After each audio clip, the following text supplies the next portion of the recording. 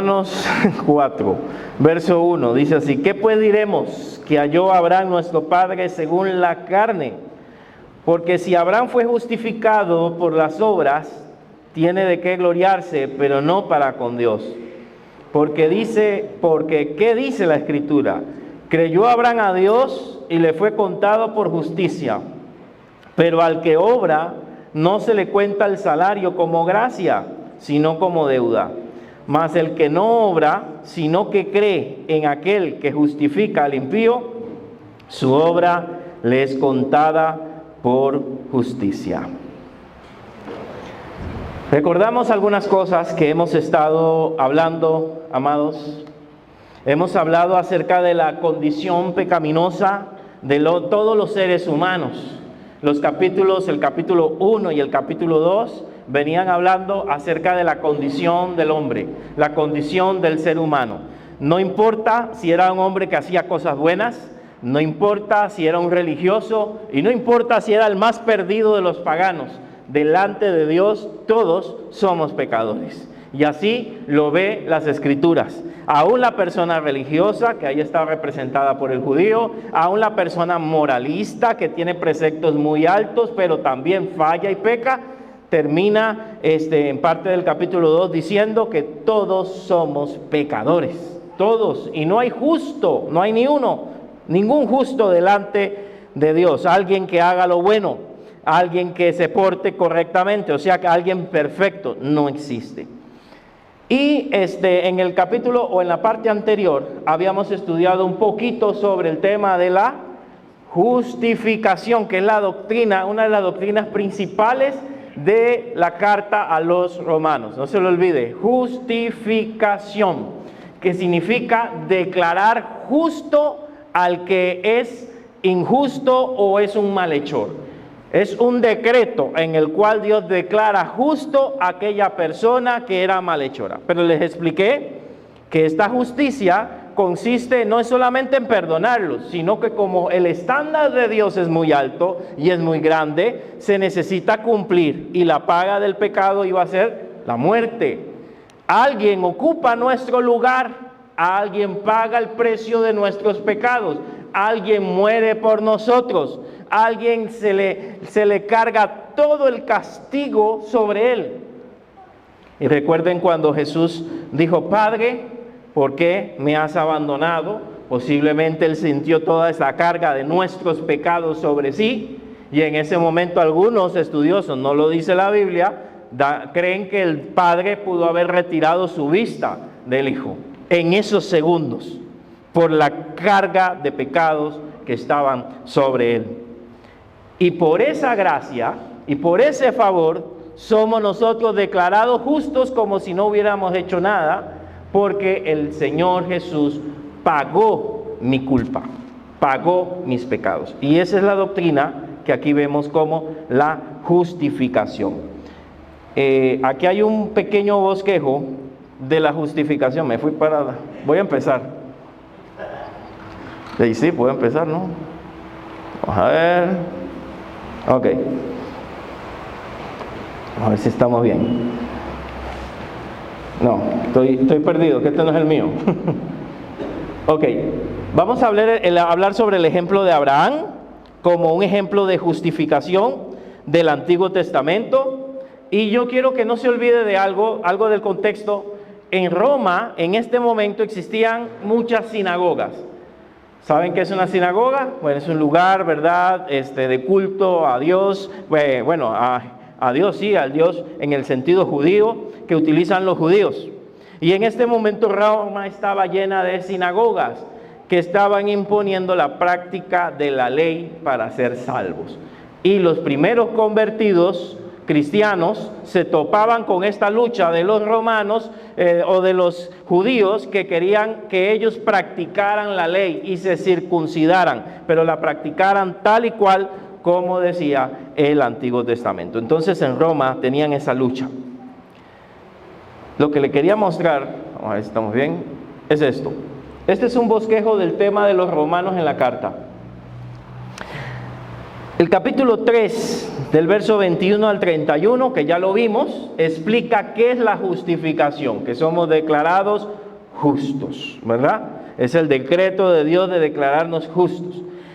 El que vamos a ver hoy, que es el capítulo 4, va a tomar como ejemplo a Abraham, ejemplo del Antiguo Testamento, cómo Dios lo justificó, y no por las obras, sino por la fe. Y va a usar a un personaje importantísimo para el mundo judío, que es Abraham. Y el capítulo 5, que sería el que nos correspondería después, del versículo 1 al 21, va a hablar sobre los beneficios y los resultados en nuestra vida de haber sido justificados, porque no es que solamente nos justificó, hay más bendiciones, hay beneficios por haber sido declarados justos, y el capítulo 5 del 1 al 21 nos va a explicar cuáles son esos beneficios que tenemos por haber sido declarados justos por parte de nuestro Dios y del sacrificio de Jesucristo. Si usted vio el lenguaje de esta carta, es un poquito pesado. Si los que ya lo leyeron, como que en algún momento como que uno se tiende a perder, es recomendable leerlo en otra versión, pero voy a tratar de simplificarlo o llevar las ideas centrales acá, por si no los ve de la misma manera. En el versículo 1 al versículo 5, la pregunta es: ¿cómo fue Abraham justificado? ¿Cómo Abraham fue declarado justo si se supone que él es el padre de los judíos? Si se supone que desde él en adelante viene la circuncisión y después con Moisés la ley. Pero Pablo va a utilizar a Abraham, el símbolo del judaísmo, el primero en ser circuncidado y el primero en circuncidar a su familia, porque Dios así se lo pidió. Lo va a poner de que él primero creyó antes de hacer obras, antes de practicar esa ceremonia. Primero puso su fe en Dios. Y aquí en el versículo 1 y versículo 2, la pregunta es: ¿podría jactarse Abraham humanamente? ¿Podría jactarse Abraham de ser una persona perfecta humanamente? Recuerde qué cosas hizo. ¿Alguien se acuerda? Mintió, dijo que su esposa era su hermana, aunque era media hermana, y lo hizo para salvar la vida, acuérdese, ¿verdad? Porque la vio muy hermosa, y si digo que es mi esposa, me van a matar y se van a quedar con ella. Entonces decía que era la hermana, casi se la llevan, ¿verdad? Eso hizo él. Otra cosa que hizo, muy famosa, Dios le había hablado, que es lo que vamos a ver aquí, de que él iba a tener hijos, ¿verdad? Iba a tener un hijo de la promesa. Y entonces él creyó que podría ser de otra manera. La costumbre de aquella época era que cuando las personas no podían, la pareja no podía tener hijos y tenían alguna sierva o esclava, podían tener hijos de la esclava. ¿Qué significa eso? Que le prestaban la esclava, la hacían concubina, y los hijos, o el primer hijo que naciera, iba a ser el hijo de la pareja. O sea, lo perdía la esclava y ellos la adoptaban, por así decirlo, ¿verdad? Llegaba a ser el hijo de la pareja. Pero Dios no quería eso. Ellos estaban resolviendo su problema de una manera cultural. No se asuste, no había leyes. La ley que existía en este momento era la ley de Hammurabi en esa tierra. Era la ley de la cultura, y eso era permitido. Pero Dios le había dado una palabra a él. Él tenía que creer completamente esa palabra, pero como nosotros también estamos en un crecimiento de nuestra fe, así que él creyó, pero a medias. Él creyó y dijo: voy a ayudar a Dios, y la mujer le presenta, ¿verdad?, esta oportunidad y le dice: mira, yo soy estéril, ¿verdad? Llégate a mi esclava. ¿Y él qué le pareció? ¿Qué le dijo? No, jamás. Jamás haré eso, ¿verdad? Jamás haré eso, porque yo te respeto a ti, te amo mucho, tú eres la única. Ya, y le dio permiso, y él, ni corto ni perezoso, obediente, ¿verdad? Obediente. Y bueno, eso le fue un dolor de cabeza. De ahí nace este hijo, que también son descendientes de estos problemas que existen, ¿verdad?, en Medio Oriente. Pero Si fuera humanamente, ahora quiero volverle a hacer la pregunta con esta historia que le conté, ¿podría jactarse humanamente Abraham de que él podía ser salvo por sus propias acciones? Por buenas acciones.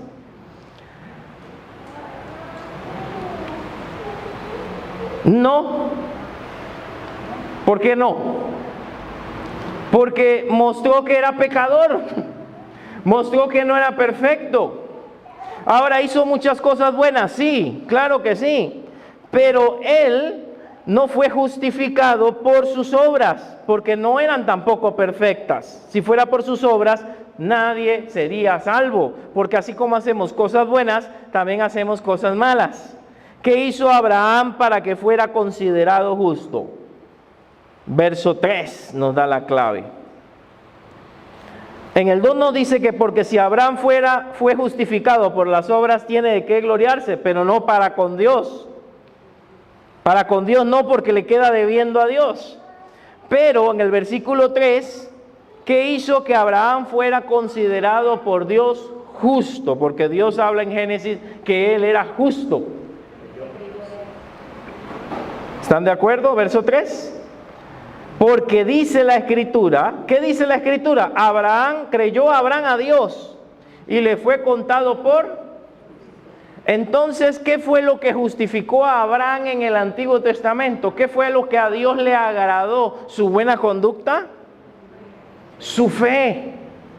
Y aunque Abraham, por supuesto, obedece a Dios y circuncida a su hijo y a toda su familia, a todos los varones que estaban ahí, Abraham primero creyó a Dios. El verso 4 al verso 5 dice, pero el que obra no se le cuenta como salario.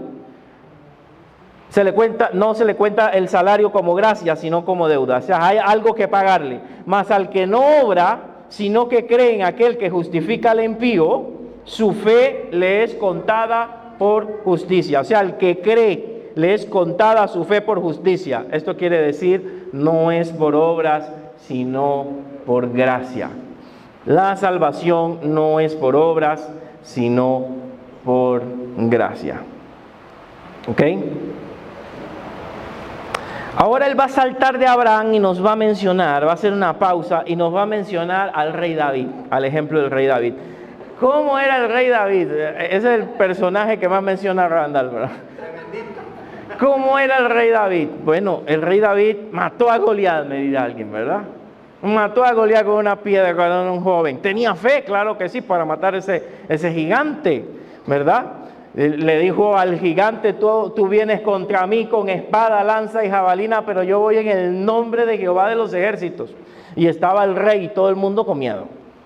Y el muchachito que se cree que era entre 15 a 16 años, por ahí 17, se levantó con energía y con fe y por encima de sus hermanos que eran soldados y él era un cuidador de ovejas. Y desde ahí comienza su carrera desde joven. Sin embargo, David no solamente hizo cosas buenas. Bueno, una buena es que Saúl, el rey, lo estaba tratando de perseguir, tuvo la oportunidad de matarlo, ya Dios le había dicho a él que él iba a ser el rey, pudo haberlo matado, y más en esa época que no tenían miedo de matar a nadie y quedarse él con el reino. Pero él dijo, líbreme de tocar al ungido de Jehová. Y lo tuvo en 2 ocasiones, la oportunidad de matarlo. Lo vio dormido y no lo mató. Y lo dejó en las manos de Dios y Dios se encargó de Saúl. Así que David tenía cosas buenas. David es tipo de Jesucristo por el ser rey. El rey y descendiente. Jesús es descendiente de David en la carne. Así que es un personaje que podríamos decir importante. Pero David también hizo cosas malas. ¿Alguien se acuerda? 6 veces.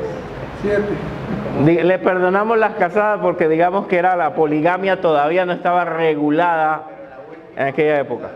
¿Qué fue lo que hizo? Teniendo sus esposas, tras eso tenía varias, ¿verdad? Una tarde, no sabemos, un día que estaba desocupado, se asoma por la ventana y ve una mujer que se está bañando. Alguien se pregunta, ¿cómo fue eso? Parece que el palacio era más alto que todas las demás casas. Así que él podía ver y los baños quedaban en los patios. Así que él tenía una ventaja que le fue un problema. Y él comenzó a ver y vio una mujer que se estaba bañando, ¿verdad? La deseó, la llamó y tuvo relaciones con ella, casi como obligada, es el rey, punto. Y después, cuando se da cuenta que está embarazada, quiere resolver la torta. ¿Y cómo hace? Ajá, simplificado, lo mató, sí, pero lo engaña y le dice quédate con tu esposa un tiempo para ver si la engañaba y tenía relaciones sexuales, y él no, mi deber es estar en la batalla. Y bueno, ¿quieres estar en la batalla? Lo puso al frente, donde estaban tirando cosas y lo mataron. Lo planeó, o sea, mató. Eso hizo él. Pero después de eso, por supuesto que fue confrontado. El profeta Natán, si no me equivoco, ¿verdad? Se le acerca a él y le da la historia de una persona que tenía una ovejita que quería mucho, ¿verdad? Y la cuidaba y la tenía como si fuera una mascota, ¿verdad? Y prácticamente alguien se la arrebata y le dice, rey, ¿qué hay que hacer con ese hombre? A ese hombre hay que matarlo, dice. Tú eres ese hombre, porque le quitaste la esposa a tal persona, lo mataste, adulteraste. Pero David en ese momento se arrepintió, se sintió confrontado y se arrepintió. Y la Biblia dice que él era conforme al corazón de Dios, no porque era perfecto, sino porque tenía una actitud de arrepentimiento cuando fallaba. Es probablemente que sea eso. Así que David tampoco podríamos decir que podría David jactarse de algo. ¿Podría David creerse superior a las demás personas? No, porque también era una persona pecadora. Y el ejemplo de David está en el verso 6. David, el mismo David, en el verso 6, ¿qué dice David? Como también David habla de la bienaventuranza. La palabra bienaventuranza significa dichoso o feliz. El hombre a quien Dios atribuye justicia sin obras. Y cita el Salmo 32, versículo 1 al 2. Aquí lo cita en el versículo 7. Le dice, bienaventurados aquellos cuyas iniquidades son ¿qué? Perdonados. Y cuyos pecados son cubiertos. Bienaventurado el varón a quien el Señor no inculpa de pecado. Entonces, David aquí está hablando de un hombre al cual Dios está justificando sin obras. Y un hombre al cual le han sido perdonados los pecados. Dice, dichoso, feliz el hombre al cual Dios le perdona sus pecados. Al cual Dios cubre su falta. Al cual no lo culpa de su falla. ¿De quién estaba hablando él? Probablemente de sí mismo. Porque Dios lo perdonó. Le dijo que le iba a perdonar la vida, pero que sobre su familia iban a venir tiempos difíciles. Las consecuencias de sus actos. Y sí, desde ahí en adelante sufrió David y sufrió muchísimo. Pero Dios lo perdonó, que es lo que quiero recalcar. David también es un ejemplo de alguien que merece la muerte por su falta. La ley lo podría haber condenado a él a muerte. El profeta podría haber dictado una sentencia de muerte, Dios a través del profeta, pero sus pecados le fueron perdonados cuando él se arrepintió. Pastor, y esa fue la diferencia entre Saúl y David. Sí, porque Saúl le hizo menos cosas menos graves, pero tenía un corazón bien malo. Era un corazón malvado. Bueno, se le volvió malvado. Ahora se viene hablando entonces de la circuncisión. Y hace una pregunta. ¿La bienaventuranza de David es para los de la circuncisión o abarca a los gentiles? Nosotros somos gentiles, los que no estamos en esa ceremonia de la circuncisión. Y el mismo Pablo pregunta sobre eso. ¿Es pues esta bienaventuranza solamente para los de la circuncisión? ¿Solamente Dios perdona los pecados a los judíos? o también para los de la incircuncisión? Él pregunta. ¿Y qué responderíamos nosotros? La salvación es para todos. No solamente para los de una religión, no solamente para los de una raza, no solamente para los judíos. La salvación es para todos. Y aquí vuelve a retomar el caso de Abraham. En el caso de Abraham, entonces, ¿cómo le fue contada por justicia? ¿Siendo circuncidado o no? Según el verso 10. El verso 10 eso es lo que quiere decir. ¿Cómo le fue contada por justicia? ¿Estando en la circuncisión o estando en la incircuncisión? Y la pregunta sería para nosotros, ¿cuándo Dios lo justificó? ¿Antes de mandarlo a circuncidarse o después?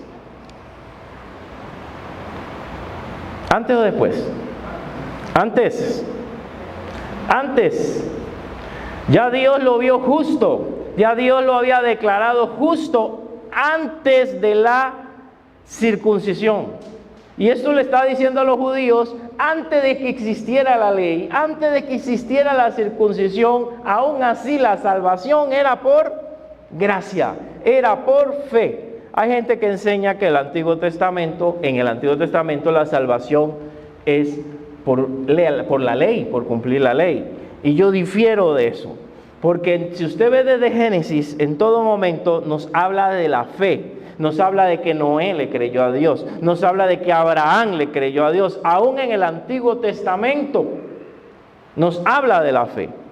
Claro, primero viene la fe y después entonces viene lo demás que le pide él, la ley y lo demás. Pero todo empieza con la fe. ¿Cómo era la salvación en el Antiguo Testamento? Si Cristo no había venido. ¿Cómo sería la salvación? ¿Sería por obras? Era por la promesa de un Salvador.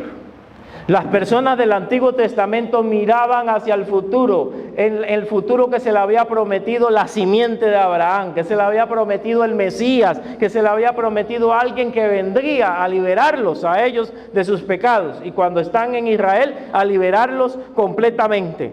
Le llaman el Cristo, el Mesías al tiempo. Ellos miraban hacia el futuro. Nosotros miramos hacia atrás, hacia la cruz. Ellos miraban hacia adelante y nosotros miramos hacia atrás. Entonces esas personas eran salvas en creer en la promesa de un Salvador. Y nosotros en creer en que vino el Salvador y murió por nosotros. La salvación siempre ha sido por fe y siempre ha sido por gracia. La Biblia dice que Noé halló gracia a los ojos de Dios. ¿Y cómo era Noé? Si me permite desviarme un poquito. Noé dice el texto que era perfecto, igual parece que Job, ¿verdad? Perfecto, recto, entre los hombres de su tiempo. ¿Pero qué hizo Noé? Un día plantó ahí un tiempo unas viñas, pero no para comer uvas, ¿verdad? Y se hizo un buen vino, y se emborrachó y se desnudó en la tienda, y andaba por ahí chingo. El siervo de Dios. El hombre de Dios. Los hijos, salvo uno, que esa es otra historia, no querían verlo, les daba vergüenza y lo taparon así sin verlo, ¿verdad? Mientras que uno sí se le quedó viendo. Y ya hay muchas teorías de qué fue lo que pasó con ese hijo, que de cual viene también otra población, los hijos de Cam.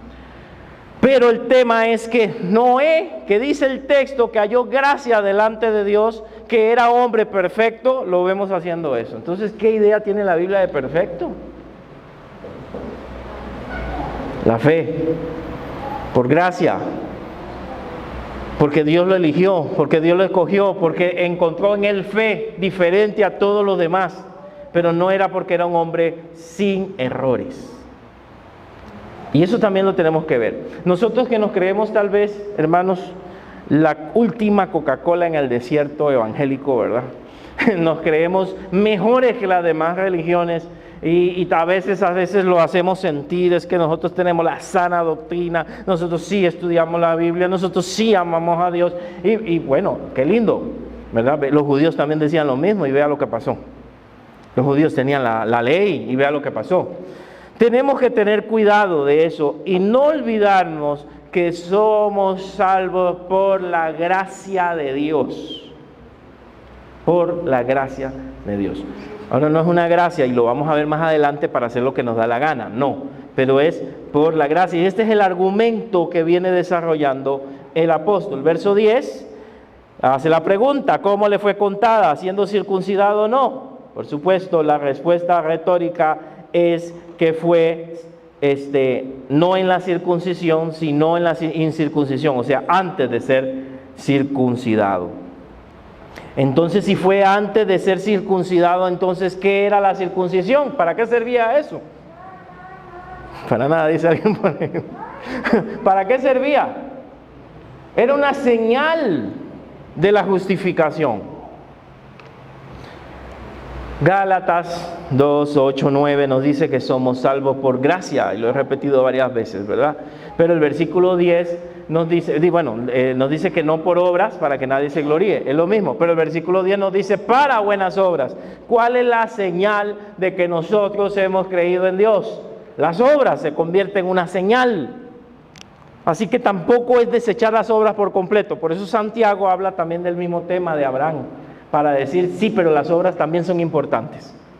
No la dejen del todo del lado. No eres salvo por las obras, pero se deben ver las obras. Y aquí fue primero la fe, pero después tuvo que circuncidarse. Tuvo que hacer un acto simbólico, tuvo que hacer una señal de esa fe, la cual era la circuncisión. El verso 12 nos dice que Abraham vino a ser entonces el padre de ¿quién? El padre de los circuncidados, o sea, de los judíos, pero también el padre de todos los que tienen fe. ¿Se acuerdan aquellos que crecieron en el Evangelio o los cantos que se entonaban para los niños? El padre Abraham tuvo muchos hijos tuvo el padre Abraham, y se cantaba eso, que era el padre de la fe.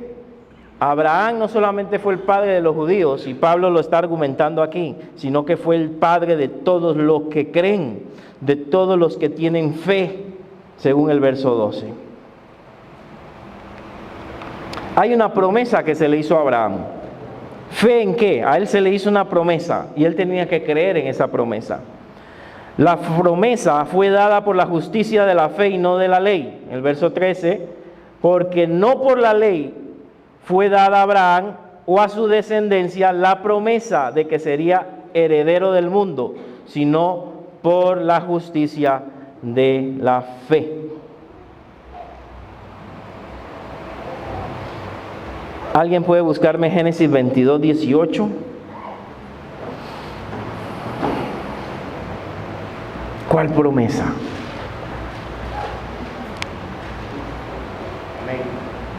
¿Puedes leerlo? 22:18. Sí.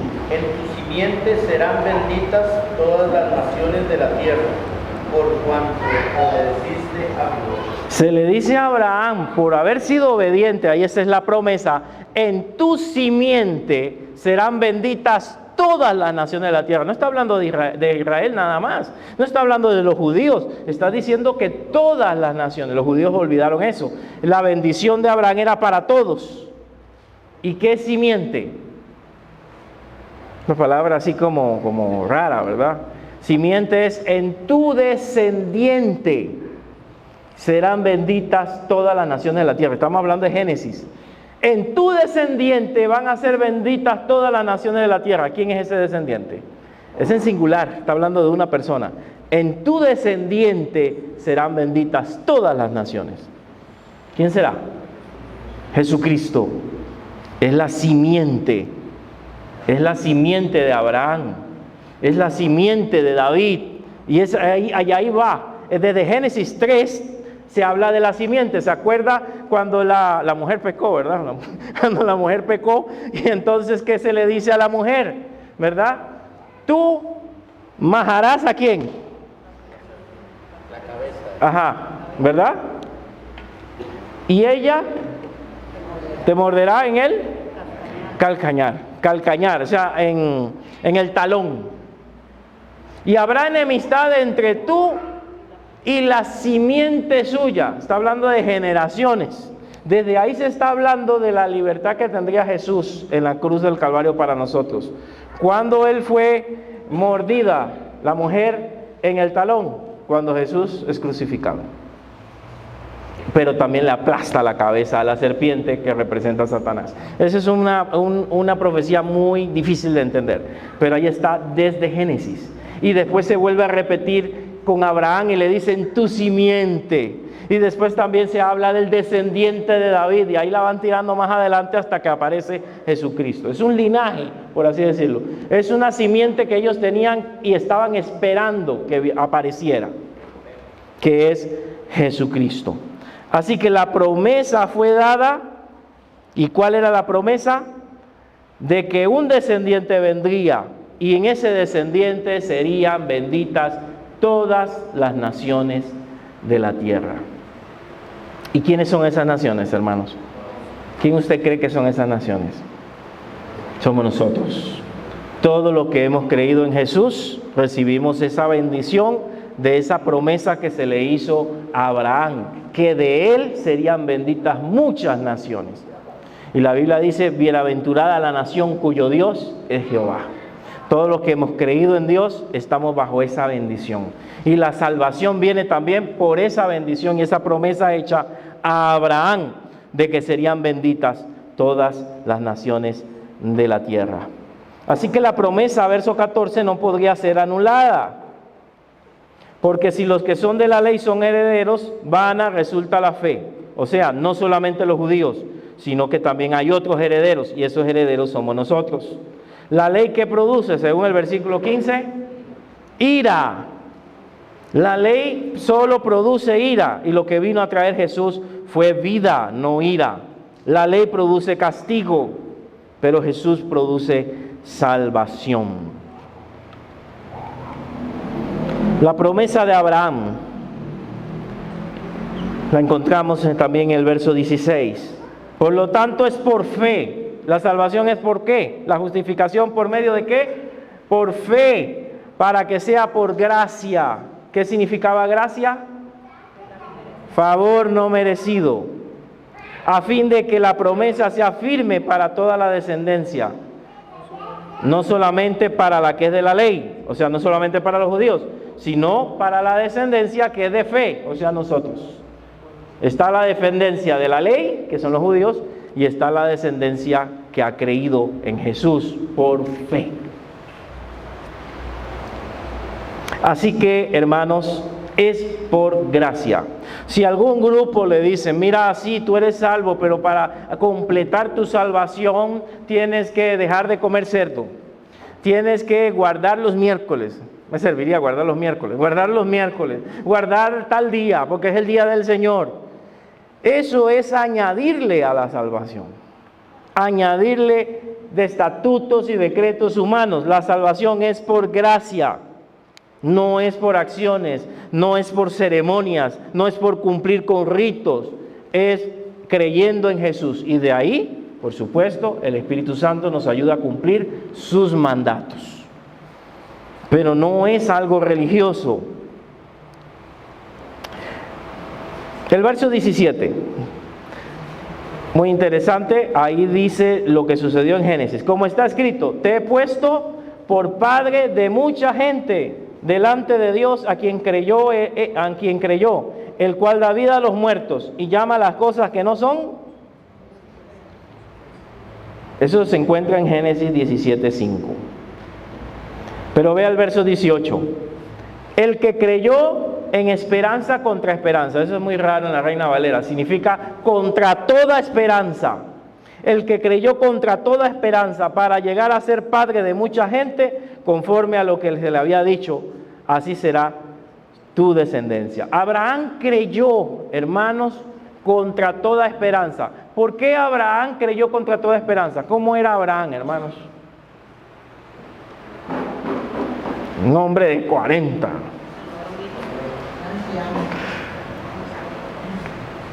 Un anciano, ¿verdad? Respetando a los ancianos, pero era un anciano. Entonces, como anciano le están diciendo que va a tener un hijo. Y pasa el tiempo y no llega el hijo, por eso hace lo que hace. ¿verdad? No lo justifico, pero pasan los años, ¿y qué pasó con la promesa? ¿Y qué pasó con la promesa? Ya voy por 100 años, ¿qué pasó por la promesa? Y ya aquí la edad de 100 años ya pesaba, no era que vivían un montón de tiempo, no, 120 lo más. Así que ya ellos no podían biológicamente tener hijos. Él creyó que podía ayudar a Dios y se equivocó, pero Dios le vuelve a hablar y entonces cree completamente. Cree por completo. Y eso es lo que se le ha contado a él por justicia, porque le creyó a Dios.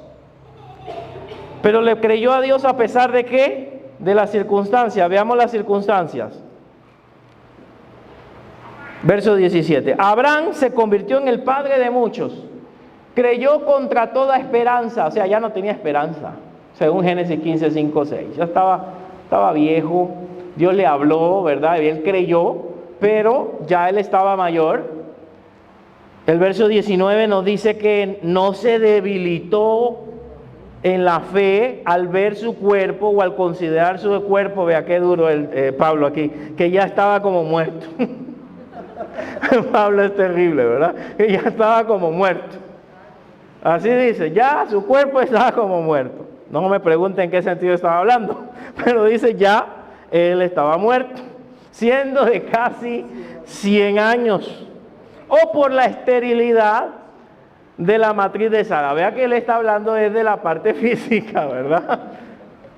Lo hace así como escondido, pero está dando a entender, ya él está muy viejo para eso, ¿verdad? No aclararé más. Sin embargo, dice el verso 20 que no dudó. Y con el respeto que ustedes merecen, hermanos, este milagro, sí fue un milagro, pero no fue el milagro de María, por obra y gracia del Espíritu Santo. O sea, tenía que haber una relación sexual. Y está diciendo que ya ellos no estaban en condiciones para eso. Probablemente ni querían. Estaban muy mayores. Y cada etapa la vida sexual va cambiando. Y ya ellos están en la última etapa de su vida. Así que por eso Pablo habla de esa manera. No, pero él, a pesar de todo, no dudó por incredulidad, no dudó de la promesa de Dios, sino que se fortaleció en fe, dando gloria a Dios. O sea, le creyó a Dios cuando parecía imposible. Verso 21 nos enseña lo que es la fe. Plenamente, ¿cómo estaba él? Verso 21, plenamente convencido de que era también poderoso para hacer todo lo que había prometido. Y me quiero adelantar a la historia cuando ya Dios le da a su hijo, ¿verdad? Y ya está grande y le dice, dame a tu hijo, el único, llévalo y sacrifícalo. Era una prueba porque Dios no acepta sacrificios humanos. Y él va. Y Hebreos nos dice que tanta era la fe de Abraham, porque Hebreos nos aclara un poco, que Abraham creía que si él hacía eso, aún Dios podía devolvérselo de nuevo de entre los muertos. O sea, creía en Dios absolutamente. ¿Sí? Como un niño que se tira a los brazos de su padre, ¿verdad? Cuando usted era niño probablemente, mi papá hacía eso, maldoso. Lo ponía uno en una torre y ahí un poquito alto y tírese. Y a veces se quitaba. Tírese. Y uno se tiraba, ¿verdad? Porque uno confía que sus padres lo van a apañar. Creo yo, ¿no? Aunque tal vez dudes, ¿me vas a agarrar, papi? Sí, pero me tiro a los brazos. Abraham se tiró a los brazos de Dios y creyó plenamente en Dios. Ahora, esto fue un proceso, lea la historia, no fue fácil para él, se equivocó, le costó como creer completamente en la forma en que Dios lo iba a hacer, pero él fue creciendo en fe, igual que nosotros. Tenemos que crecer, en algún momento tal vez flaqueamos, pero llega un momento en que debemos de tener una plena confianza en Dios. Y en el verso 22, ahí ya nos cierra el punto diciendo, por lo cual también le fue contada por justicia. ¿Qué le fue contado por justicia? Su fe, no su circuncisión, no sus obras. Su fe es lo que a Dios le agradó, un hombre que creyera en Él de esa manera. Eso fue lo que tocó a Dios. Ahora, ¿eso qué tiene que ver con nosotros? Pablo lo devuelve a nosotros en el verso 24 y 25. Ahora nosotros, hermanos,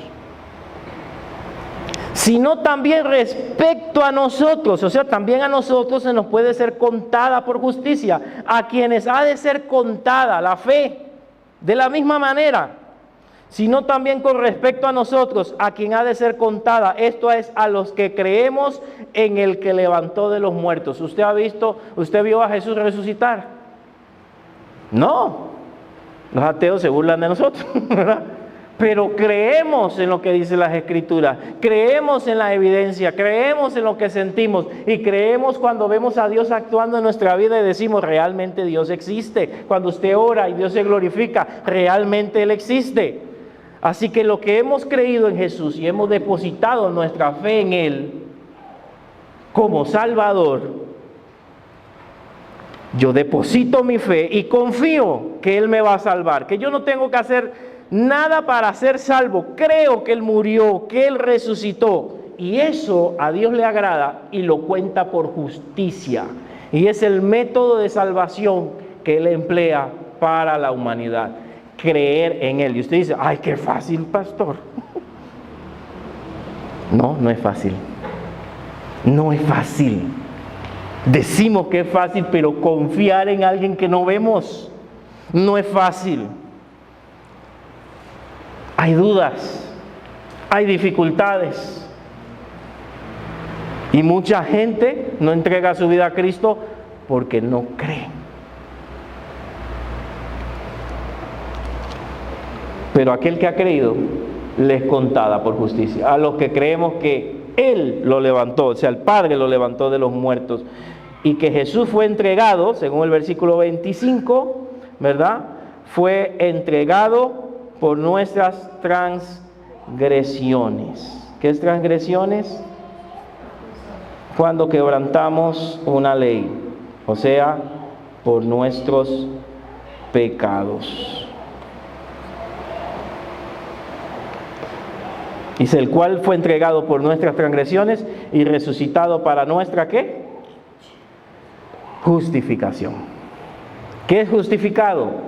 Ser declarado libre de culpa, ser declarado libre de condenación.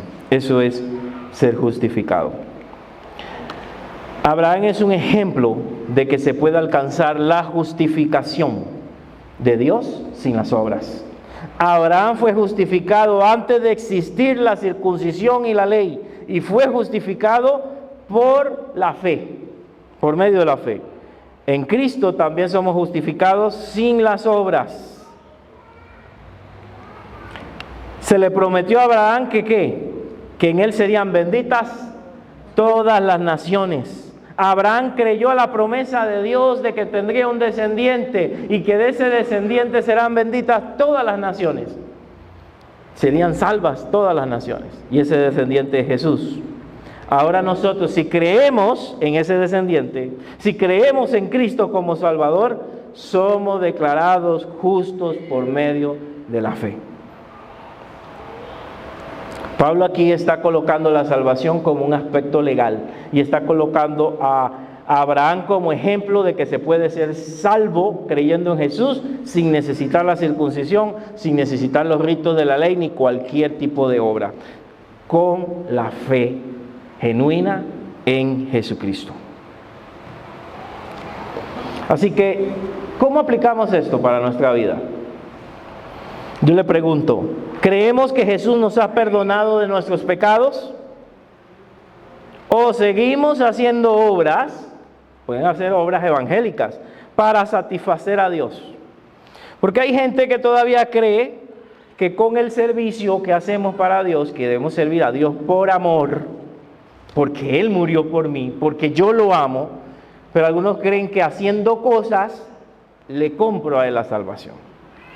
dando cosas a la iglesia, le compro a él la salvación, y eso no es correcto.